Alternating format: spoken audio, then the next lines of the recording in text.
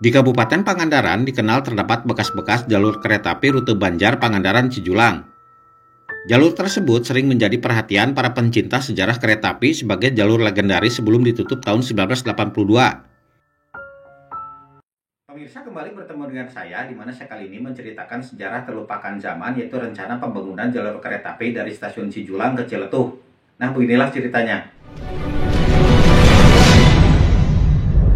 Pada zaman kolonial Belanda tahun 1920-an, jalur kereta api Pangandaran sangat melekat digunakan untuk angkutan komoditas kelapa dan kopi dari perkebunan Pangandaran.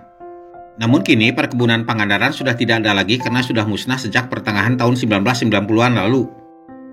Jalur kereta api dari Banjar dan Kalipucang yang melintasi perkebunan kelapa Pangandaran kemudian berujung ke stasiun Cijulang. Selama ini, jalur kereta api peninggalan zaman kolonial Belanda tahun 1921 tersebut diketahui berakhir pada ujungnya di stasiun Cijulang.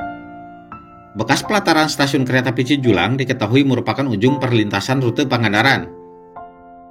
Tetapi sebenarnya dari stasiun Cijulang ini, jalur kereta api pernah direncanakan dilanjutkan sampai ke Ciletuh di Sukabumi. Stasiun Cijulang dibangun antara tahun 1916 sampai 1921. Tetapi sebelumnya sudah ada rencana menyambungkan sampai ke Ciletuh.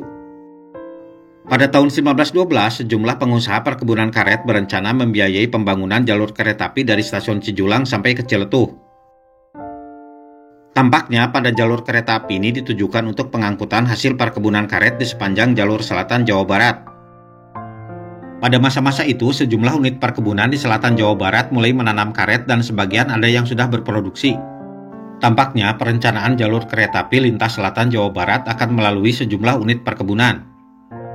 Misalnya di dekat pantai Tasikmalaya ada perkebunan karet Cipatujah dan perkebunan karet Nagrog. Ini adalah kawasan Pamengpeuk Garut, di mana saat itu di daerah ini sudah terdapat beberapa perkebunan yang mengusahakan tanaman karet. Yang besar adalah perkebunan negara milik perusahaan Jerman dan perkebunan condong milik perusahaan Inggris. Ke arah barat, yaitu di Cianjur dan Sukabumi, pada jalur selatan lebih banyak unit-unit perkebunan karet, teh, dan kelapa. Ini adalah kawasan Jampang Kulon di selatan Sukabumi pada tahun 1921, di mana saat itu juga terdapat unit perkebunan yang mengusahakan tanaman teh dan karet. Tetapi belum jelas apakah rencana pembangunan jalur kereta api dari Cijulang ke Ciletuh akan tersambung ke pantai Ujung Genteng atau tidak. Sebab pada masa-masa itu, Ujung Genteng merupakan pelabuhan dan sudah terdapat rel kereta api kecil untuk angkutan perkebunan. Bahkan ketika itu, pada jalur ini juga direncanakan pembangunan jalur kereta api listrik rute Bandung-Soreang ke Ciletuh. Di dekat Ciletuh ada dua perkebunan milik perusahaan Belanda, yaitu perkebunan Ciganitri dan perkebunan Ciemas yang mengusahakan tanaman teh dan karet. Beginilah suasana di kawasan pantai Ciletuh, Sukabumi pada tahun 1929. Di kawasan Ciletuh sangat banyak populasi pohon-pohon kelapa serta sudah ada pemukiman penduduk pribumi. Bahkan di Ciletuh Sukabumi sudah ada konsesi untuk perkebunan kelapa bernama Perkebunan Ciletuh milik perusahaan Prancis.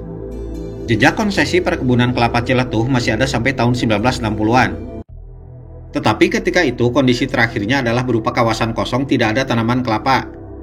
Soal rencana pembangunan jalur kereta api dari stasiun Cijulang ke Ciletuh tidak jelas lagi selewat tahun 1925.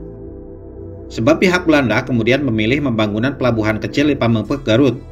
Nah, sekian potongan sejarah rencana jalur kereta api di selatan Jawa Barat ini pada zaman dahulu. Sampai jumpa pada episode berikutnya.